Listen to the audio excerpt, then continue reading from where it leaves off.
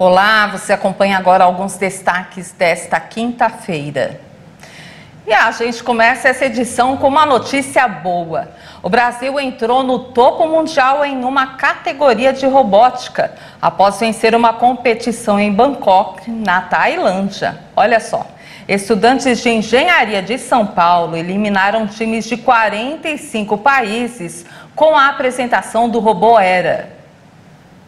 O robô Era, com linguagem de inteligência artificial, é capaz de realizar tarefas como servir pessoas, tirar a mesa, colocar o lixo para fora, entre outras funções. Na competição, que reuniu mais de 3.000 participantes, os robôs da categoria At Home, onde o Brasil ficou em primeiro lugar, são programados para realizarem tarefas domésticas. Na demonstração aos jurados técnicos, os robôs devem pegar e manipular diferentes objetos, além de mapear ambientes por meio de sensores.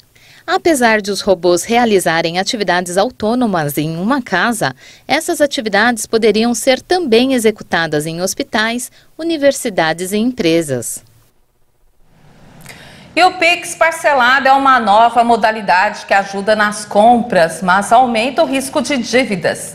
Segundo especialista, os juros da operação variam e o uso do cartão de crédito pode ser mais recomendado. Somente nos primeiros 10 dias de junho, o Pix movimentou mais de 270 bilhões de reais. Já os tradicionais TEDs, feitos no mesmo período, foi de aproximadamente 956 milhões de reais. Segundo dados do Banco Central, o Pix é uma alternativa que cada vez mais ganha espaço na vida dos brasileiros. Esse é o caso do Pix parcelado, que promete facilitar a compra de bens, mas ao mesmo tempo pode trazer risco de endividamento, já que a operação inclui taxas de juros. Nessa nova modalidade, a pessoa ou empresa para quem foi enviado o Pix recebe o valor integral na hora, mas quem envia o dinheiro parcela a quantia paga. São dois tipos de Pix parcelado, um atrelado ao cartão de crédito e outro com uma linha separada de crédito, sem o limite do cliente. Mas como o Pix parcelado ainda não é uma operação oficial do Banco Central, as taxas e regras de contratação variam entre as instituições.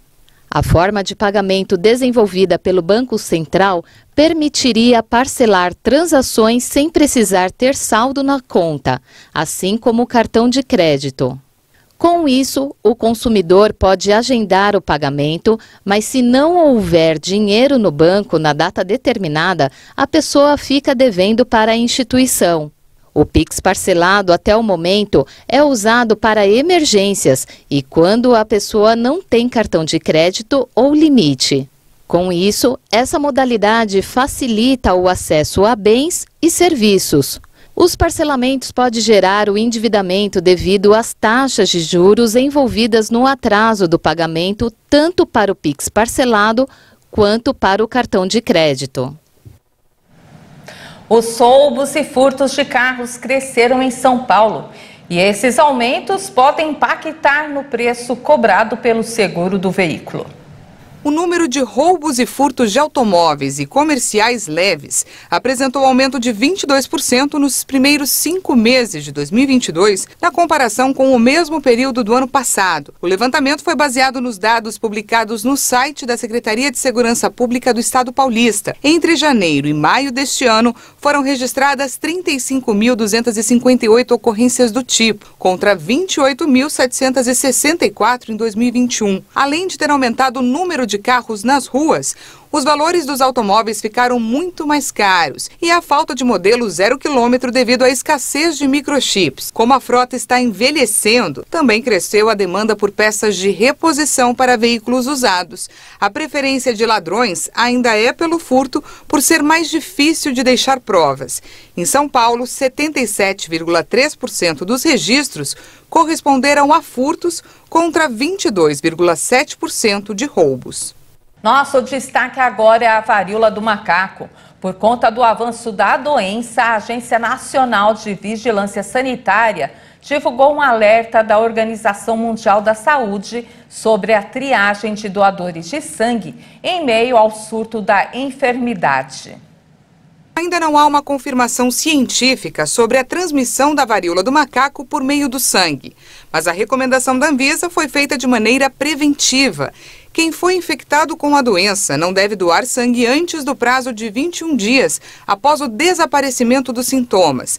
Aqueles que tiveram contato com alguém contaminado ou estão assintomáticos também poderão fazer a doação 21 dias após o contato. A varíola dos macacos é uma doença causada por vírus e transmitida pelo contato próximo com uma pessoa infectada e com lesões de pele. A transmissão também ocorre por contato com objetos, tecidos e superfícies que foram utilizadas pelo infectado. Ainda não há tratamento específico, mas de forma geral, os quadros clínicos são leves e requerem cuidado e observação das lesões. E nosso destaque internacional, o Banco Central Europeu vai aumentar a taxa de juros diante da inflação na zona do euro.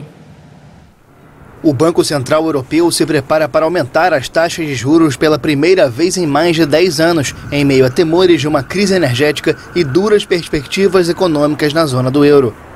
Ao mesmo tempo, a instituição precisa ter cuidado para não agravar a crise econômica nos países que usam a moeda comum, já enfraquecida pelos problemas de abastecimento de gás e pela crise política na Itália. O primeiro-ministro italiano Mario Draghi era visto como um fator de estabilidade pelos mercados por ter sido presidente do BCE.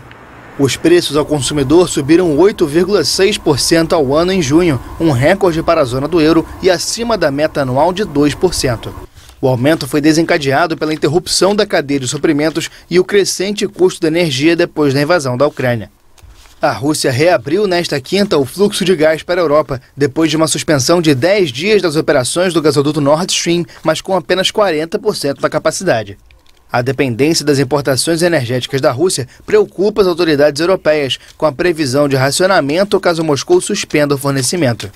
A última vez que o BCE elevou as taxas de juros foi em 2011, mas uma crise da dívida europeia obrigou a instituição a reverter o curso. Nos Estados Unidos, a NASA anunciou a primeira missão não tripulada do programa americano de retorno à Lua. A viagem espacial está prevista para acontecer a partir do dia 29 de agosto e vai explorar a face oculta da Lua. A NASA, a Agência Espacial dos Estados Unidos, revelou nesta quarta-feira uma janela para o lançamento da Artemis 1. A nave fará o primeiro de uma série de voos com os quais os Estados Unidos pretendem voltar à Lua com uma tripulação humana. A ideia é estabelecer no satélite natural uma presença sustentada e utilizar as experiências obtidas para planejar uma viagem a Marte em algum momento da década de 2030. As possíveis datas de lançamento para o gigantesco sistema de lançamento espacial e a cápsula acoplada a Orion consiste nos dias 29 de agosto, 2 de setembro e 5 de setembro. Os últimos testes realizados em junho alcançaram 90% das metas e a NASA disse que os engenheiros solucionaram falhas que causavam perda de hidrogênio no sistema de lançamento. O Artemis 1 viajará ao redor da face oculta da Lua em uma missão que irá durar entre 4 e 6 semanas, mais do que qualquer espaçonave tripulada já fez sem acoplar. Depois voltará à Terra mais rapidamente e será submetida a mais calor do que todas as naves anteriores. E começou no Bioparque Pantanal uma exposição com peças artesanais, fotos e obras para contar a história dos povos originários. Serão 15 dias de mostra. São centenas de peças de 8 etnias de Mato Grosso do Sul. Hoje o Mato Grosso do Sul é o segundo estado mais populoso de povos indígenas. Então trazer um pouco disso, tá passando 1000 pessoas por aqui, eles levarem um pouco disso para fora também. Entre as peças tem da etnia Terena. O Sullivan produziu algumas das obras expostas. Ele mora na aldeia Limão Verde em Aquidauana. Sullivan também fabrica roupas com temas indígenas. A gente não sai muito da aldeia. Aí quando a gente recebe uma oportunidade maravilhosa como essa, a gente fica... O coração da gente treme de emoção, sabe? E o meu coração está tremendo até agora, de emoção. Uma das obras do Sullivan é este cocar, com cerca de 50 penas de araras. Para achar as penas na natureza, ele leva algumas semanas, mas depois que encontra o material, aí, em um dia, ele faz essa obra de arte. Uma paz interior, né? Eu acho que as pessoas devem realmente vir até aqui e conhecer. Só estando presente, né, para a gente ficar maravilhado com tudo isso. Esta turista norte-americana ficou encantada com a exposição. Disse que tudo é muito lindo e impressionante. Very exciting. O elogio de quem mora no exterior é de encher de orgulho quem preserva a cultura indígena. É lindo a gente trazer as nossas tradições para dentro, aqui ocupando os espaços públicos, mostrando a importância da nossa existência e resistência aqui de lutas. Esta é a segunda exposição feita no Museu do Bioparque do Pantanal. Aproximadamente 15 dias, com a possibilidade da gente estar estendendo um pouco e ter um espaço aqui no Bioparque também, representando os povos originários. Então, se você for ao Bioparque, mais conhecido como Aquário do Pantanal, não deixe de mergulhar nesta exposição.